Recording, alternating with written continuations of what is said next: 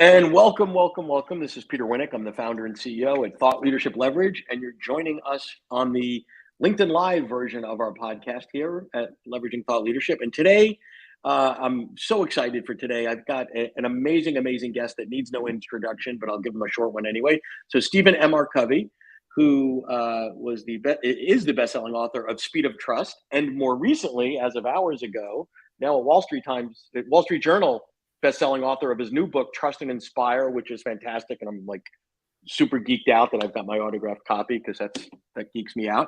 And he's also the CEO has been the CEO of Covey Leadership, practice lead at Covey under Speed of Trust. We can go on and on about his accomplishments and attributes, but I'd rather just dive in. So we're going to mix up the format a little bit here. And before we get into some of the business objectives and the typical things that I talk about, let's just dive into the book. Give us the quick overview of what is Trust and Inspire and why it's so critical at this moment, like just the way the timing of where we are today. Yeah, absolutely. Well, first of all, thank you, Peter. It's always great to be with you. My pleasure. And the premise is that the world has changed all around us. We all know this. And yet our style of leadership hasn't kept pace. We're still operating too much under a dated, antiquated model we might call command and control. We just become better at it, more advanced, more sophisticated, more enlightened in our command and control, but we're still operating too much out of an archaic model in a changing world. And so we need to become relevant in this new world of work with all these changes that have gone on in the marketplace, the changes in technology, disruption, the changes in the workplace, work from home, work from anywhere, remote work, hybrid work, intentionally flexible work, with so much diversity in the workforce, multiple generations, different expectations.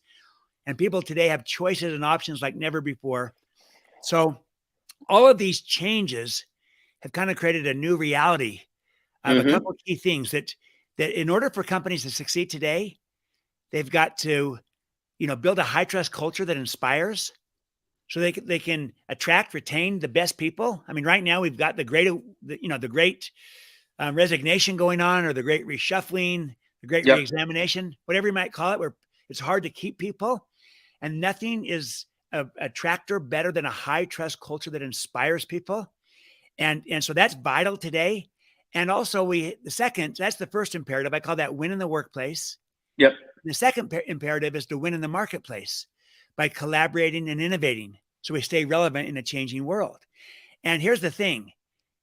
In today's environment, you can't command and control your way to a great culture that inspires. And you can't command and control your way to collaboration and innovation. It just doesn't work anymore, as if it ever really did. And so I'm trying to say there's a new way to lead in this new world, and I'm trying to name it and describe it. It's trust and inspire. And what I like about, there's several things that I like about it, but if we sort of compare, Speed of Trust was really about this capability of developing trust, that it didn't need to be a function of time of a relationship, that there were actual things that you could do, anyone could do. So I would call that sort of a capability development. And it was a little bit of an aha, because we always thought trust was like charisma or whatever, and you broke it down to a capability. This is clearly a leadership book, right? This is about, those of us of a certain age, like us, right, came up in a world where we were probably brought up in a command and control world professionally, and you replicate what you see and what it works. And now the world has changed on us. And even when we were coming up, it probably wasn't the best approach, because that comes from the factory, and we go back in history, it comes from manufacturing and all that sort of stuff. But it was what everybody did. So there's a lot of leaders that need to sort of rejigger their toolbox, if you will, to say, I was pretty good at this command and control thing. People listened when I snapped, and now there's a new thing.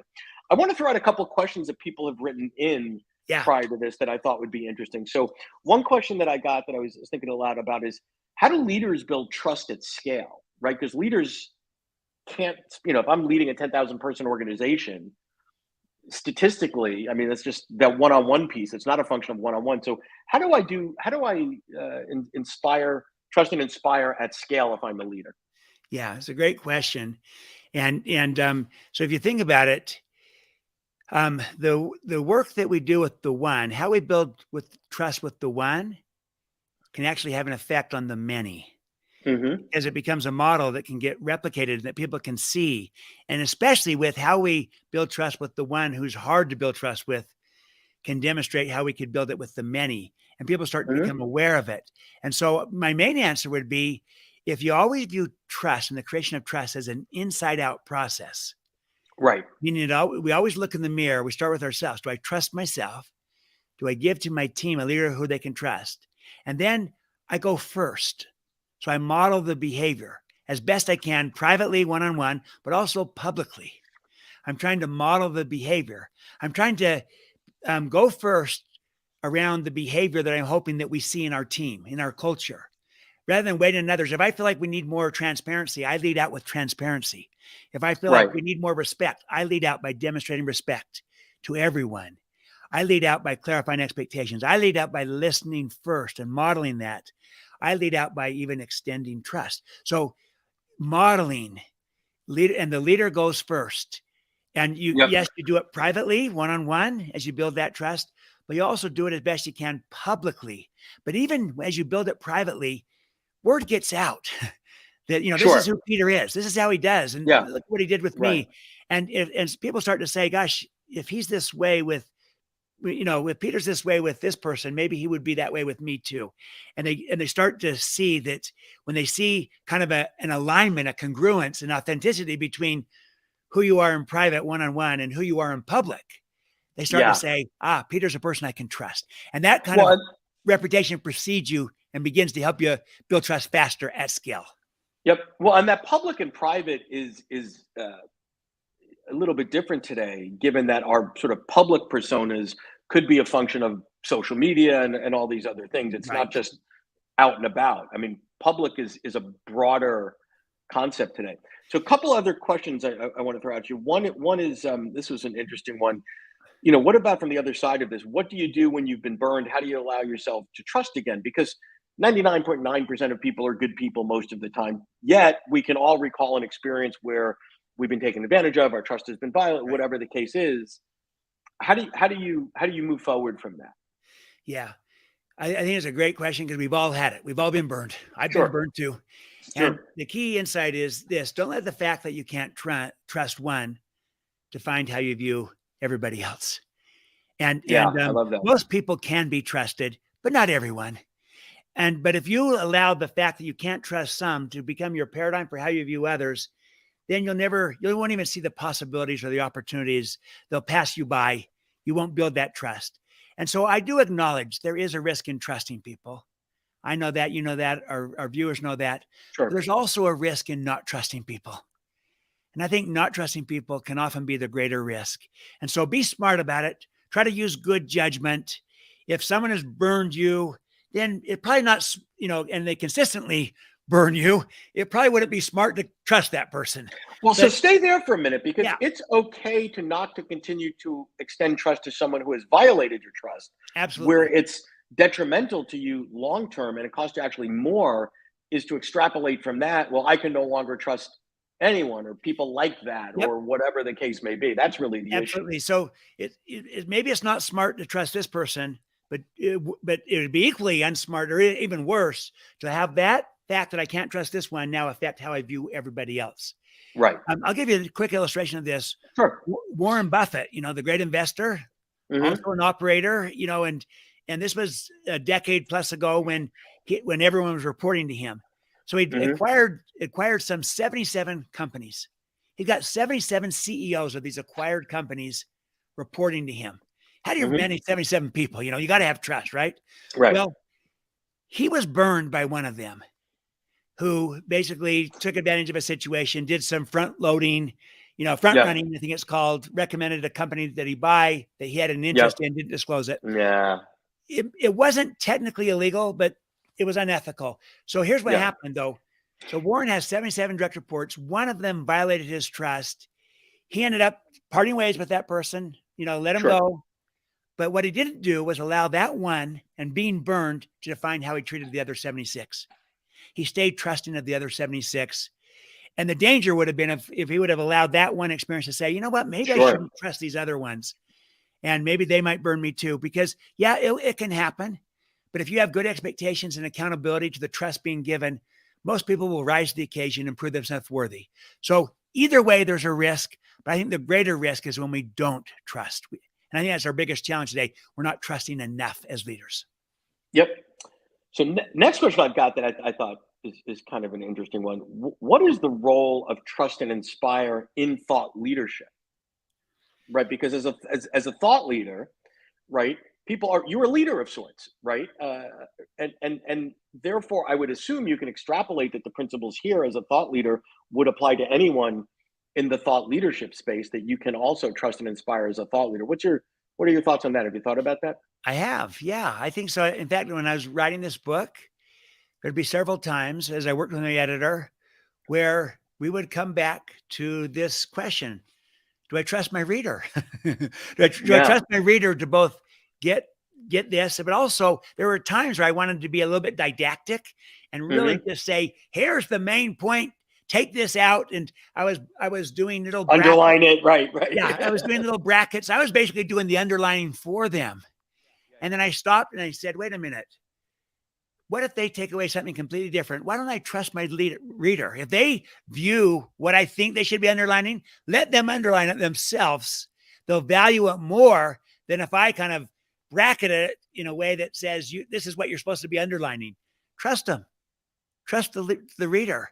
And so even the way I wrote it, I said, I'm going to trust my reader and hopefully inspire the reader with insight and with ideas that they can apply and find to be of value. So that was always a mindset of, as an author, I was always trying to say, look, I want this to be insightful and I want this to be also readable and relatable and actionable. And I trust my reader to get it. I think another area, Peter, as well, is that the fact that I'm putting this out there, in a sense, I'm saying, look, most people are good and responsible. And someone might take some of these ideas and use them themselves, but no one owns an idea. You only, you only own a particular expression of an idea, how you might say it. But I choose to kind of have an abundance mentality, believing that most people are good and most people would give credit or attribution.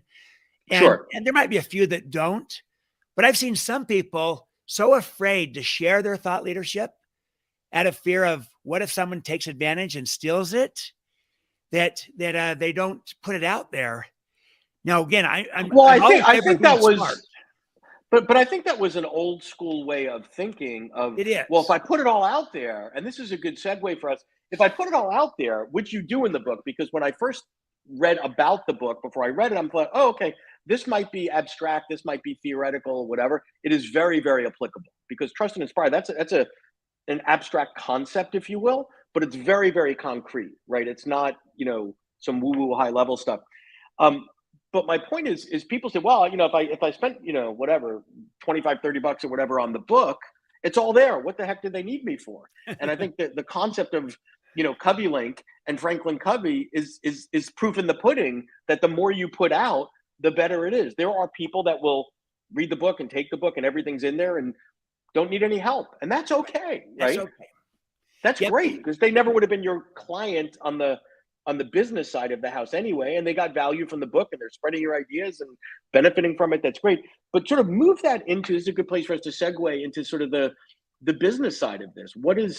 How do you envision, I'm sure you put a lot of effort into this, trust and inspire getting out into organizations at scale? What are the ways that folks can consume this in mass at large organizations to get these ideas out? Yeah. Well, first of all, I'll come back to the idea that I really feel strongly, and it's conveyed in this book, that the way we're going to solve our problems and our challenges today is we got to unleash the greatness inside of our people, unleash the potential, and command and control won't get it out. Trust and inspire can and will. And that's needed. Every organization needs this. Industries need this. Society needs this. We're operating for all our progress, we're still operating in a primarily command and control world. And it's just, we're more sophisticated, more enlightened with it. Yeah. And so we need this. And that belief matters because, this is all about trying to elevate people, elevate society. And therefore I want to get this out there. And I want these ideas to become a useful and workable alternative to the command and control that we know doesn't work. Where do we move to? I want it to be trust and inspire. And the way we'll do that is to get it out there, not only by name, but by description, but also we need models of it. We need mentors of it. We need people that are doing this. They're saying there's a better way to lead, trust and inspire. And they use the language, they use the tools, they're applying it. So that's what we're trying to do. We're trying to give leaders and organizations a better way to lead in our new world of work that's relevant for our times, trust and inspire. And so in doing this, we're creating tools and processes. And of course, you can always speak about it. You know, the very first step is writing about it. That codifies it, that captures it, putting it down. And it's a great way to do it. And most of us have passed that threshold of recognizing this is actually going to be good for our brand and our business to put it out there. And we'll get a lot more business in the long run this way. And the very little bit of people that maybe don't hire us because they got it in the book, they wouldn't have hired us anyway. Exactly. So you codify it with a book, but then you can develop speaking around it, coaching around it, consulting around it, tools, processes, measurement tools of how trust and inspire am I as a leader, and how trust and inspire is our culture, and measure that. And each of those derivatives, it's the same idea, right? So I've seen the card deck and some of the other things. Each of those has a different use case, has a different target market, has a different price point, right?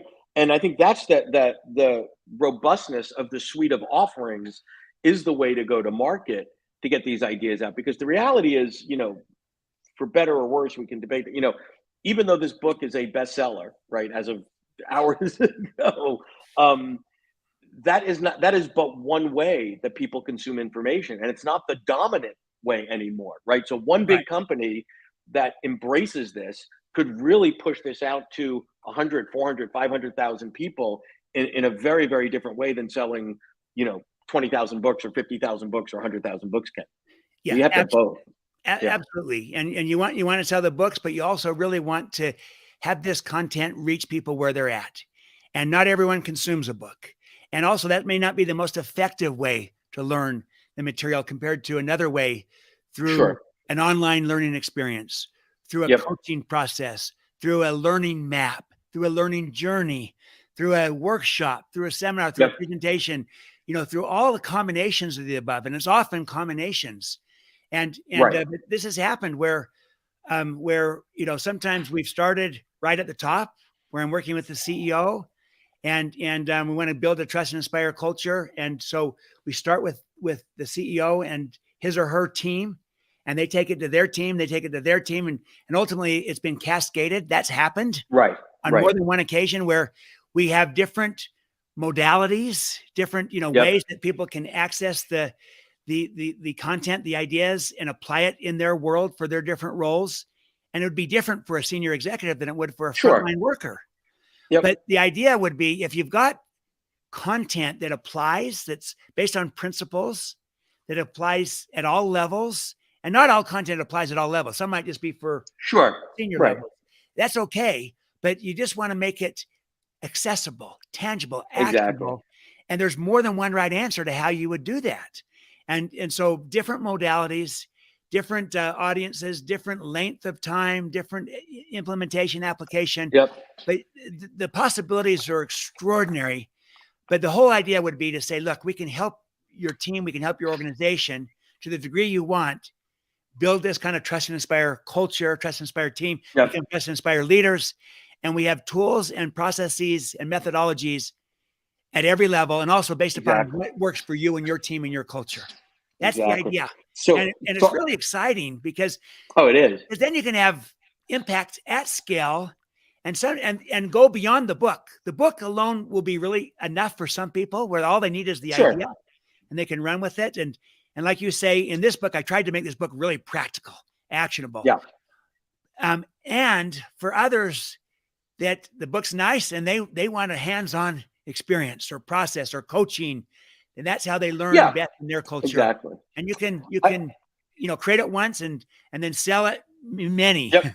many Yep. ways. I want to go back to something that you touched on that I think is important that not a lot of authors and thought leaders uh, necessarily think about. But one of the purposes slash benefits of writing a book is it's a forcing mechanism to codify your thinking. Because my guess would be, we were talking before we went on air, you've been working on this for 6 years. So That's right. these ideas have been swimming around in your head for a long, long time, and you have different concepts and whatever. And we don't have 6 years worth of your notes and everything here. I'm sure there's probably 10x the amount of stuff that was in your mind that made it to the book. It forced you to codify it so that every word mattered, every diagram mattered, every illustration in there mattered. What is the best way to go this? And I'm sure you probably wrestled with, is this the best way to talk about this model, or this way, right? And that codification piece, how does that resonate? Well, Peter, you're right on. That's the power of trying to do a book. And for that matter, it's even when you give a speech, you might have ideas rolling around and you got to give a speech. You only have so much Right. time. You've got to really convey it, condense it, codify it. And in a book is especially this way. So here's a quote I'll give that is so useful. It's Oliver Wendell Holmes. He said, he's an Englishman, so he'll use this word. I wouldn't give a fig for the simplicity on the near side of complexity, but I would give my life for the simplicity on the far side of complexity. So here's how I interpret that. Initially, you're all over the map. You might be simplistic with your simple ideas, but it's not robust. You haven't waded through the complexity, the realities of life. And you've got to do that. When you write a book, you realize I've got to answer these realities and these questions. And so you got to wait, so if you just write the book without wading through that, it will be simplistic. And right, which is not the same as simple. Right. It's not the same as simple. It'll be simplistic and it'll be seen as trite and a platitude, not relevant. But if you wade through the complexity, the danger is you can get trapped in the complexity and you're in the middle of it, and you come out with a book that's all over the map, and because you haven't gotten through the complexity. What you want to do is you want to go through the complexity and come out on the other side of having gone through the complexity with a simplicity, a simple, elegant solution, because then it's robust and it can be profound because it's paid the price. And that's what writing a book causes you to do, because a simplistic book won't sell in the long run because it won't add value. But a simple book, a simple and profound book, can and will sell because it's paid the price and is waded through the simplicity. And so for Trust and Inspire, through all of that complexity, you come out, and what is a trust and inspire leader? It's three things. Simple. You model, you trust, and you inspire. Right. Modeling is who we are. Trusting is how we lead. And inspiring is connecting to why it matters. And there's a depth and a thoughtfulness to each of those that you've put out there. And I guarantee you've been on sort of book mode. You've had to answer that question lots and lots of times. Yes. It's not even a second thought. It's only those three. It will always be those three. That's the way it is, right? But there's a depth to those, right? When you apply a situation, or where is this organization today? How do we go from here to there? Whatever. Same simple but not simplistic framework that could unleash the power of pretty deep issues. Absolutely. And the process of writing, I waded through the complexity, came out with the simplicity. And again, I just want to add this, that this book is not trying to be the end all be all of leadership. It's trying to focus on leadership style, the style of leadership that's going to work today. Because there's other elements of leadership that this is not addressing. But this is saying the style is to be a trust and inspire leader, not a command and control leader. Yeah. So just as we model, you trust, you inspire. I want to segue for couple of minutes that we've got left into, obviously when this first came into your mind, it was in a pre-COVID world. Remember those days? Yeah. Those days when we roamed the earth, like free range chickens or whatever. But there's something so much more relevant in this sort of remote work, COVID, this time of change and flux and whatever that we're living with. So again, we talked about earlier, Yeah. one of the mantras of sort of command, maybe it wasn't, or it was enlightened command and control, as you talk about, is management by walking around. Let them see you. Go out amongst the people, be there, whatever. Well, if walking around means you can't show up in my home office, right now. So Right. how do you trust and inspire in a world where the default mode isn't we're all in this place Monday to Friday, 9 to 5, or whatever that is? How, Yeah. how, do, how do you how do Yeah. you do that? The principle is connection. Hmm. And how you connect is going to look different, feel different, and be different in different modalities, different contexts. Your remote work, is it a hybrid work environment? Is it on-site combinations, intentionally flexible? But you can do those three stewardships. You can model, you can Yep. trust, meaning be trusting, and you can inspire by connecting with people through caring and belonging. And it could be as simple as this. I've seen some leaders in Zoom calls or Teams calls where they're connecting with their team, and then they're saying in advance they've asked someone to stay on afterwards, or they Right. private message them during the thing saying, "Can you stay on?" And then then the meeting ends and they stay on and they say, "Hey, just want to check with you, see how you're doing, how things are going." And you just wanted to see if But there's anything I can do when to you help. look at that, so yes, so and I would call that sort of a tool or a tactic. And I think what happens today, unfortunately, is many people are looking for the hack. What's the easy way for me to be a trusted and inspired leader? And I would argue, I don't want to put words in your mouth. There isn't an easy way. It's a Yeah, principle based process and methodology, and you can't fake it. Now, there are some like that tip of, can you stay on for a moment? Just want to check in, like an yeah. agendaless check in.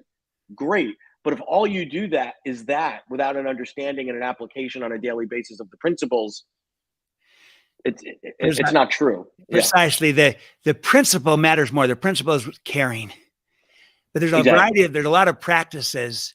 If you separate the practice from the principle, then it could be seen as manipulation. It will actually Exactly. backfire. It could be seen as they don't really care. He's just trying to go through the motions.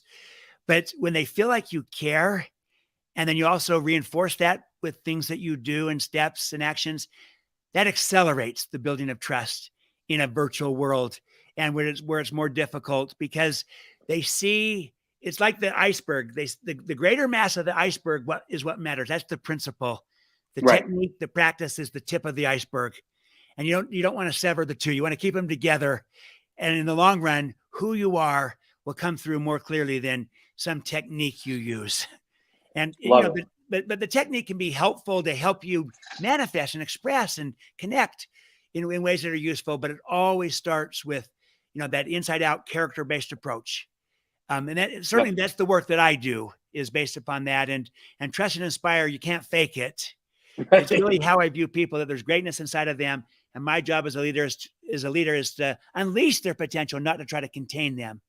And that's not something I Exactly. fake. That's something I believe and want to do. So And that's that's the the idea. difference. Yep. So as we wrap now, first, if you haven't gotten the book, Run, Don't Walk, get the book. That's not you. You've got it. You've read it, but everybody else should get the book. Any final thoughts, words you share with us? And I just want to thank you for not just this book, but for consistently putting out high quality, amazing work into the universe that benefits so many of us. So thank you for that. Well, wonderful. Thank you, Peter. Let me just say two thoughts. First, I appreciate you and the work that you do to Thank you. encourage thought leaders to make a difference. The whole idea of thought leadership leverage is all about saying leverage is impact, and you can have more impact. And so, yes, you can also build a business model around it that can be sustainable so that you can have more impact yet again. Because we adopted the mantra, I think I shared this in our earlier call, if there's no margin, there's no mission. And so if Right. you're really mission driven as a thought leader, to be able to scale that, to be able to build a business model that works will enable you to reach more people with your mission Right. and to have a greater impact at scale and have, and feel like your purpose is being better met. And so you're playing a great role in that, because many times us as thought leaders, we're so, we're, we're so altruistic. We so much want to make a difference that Right. we often don't focus enough on the business model and the business of thought leadership, and which is also important so that we can have the mission and the purpose Right. of thought leadership. And you help bridge that gap, Peter. So I commend you for that. Oh, thank you so much. And the second thing would be that I really hope that our viewers will be inspired by this book, because I think you're going to find that this is so useful, so practical for where we are today. And I didn't anticipate the pandemic when I started writing this, but it just accelerated everything I was talking about to right now. And we need this kind of leadership in our world. We all want it. I mean, don't we all want to be trusted and inspired? And you think about someone who is that kind of leader for you in your life, or that kind of person for you, you remember that person, and you can remember everything about them and what they did for you. What if we could become that kind of person for others? And imagine if we could do this at scale, and we could literally impact companies and industries and ultimately even a society. And we can't get ahead of ourselves because it's done one person at a time. But this is trying to describe, name, and codify the kind of leadership that is going to work today, that is relevant today, that we all want today. Trust and inspire. And we can become that kind of leader, and we can help others become it too. And in the process, I think we can elevate our world. So that's my goal with this, is to build a better world through a better way to lead in a new world of work. Trust and inspire. Well, thank you again. Thanks for coming in today. Appreciate your time. Thank you so much. Always great to be with you, Peter. Thanks, my friend. And thanks to our viewers.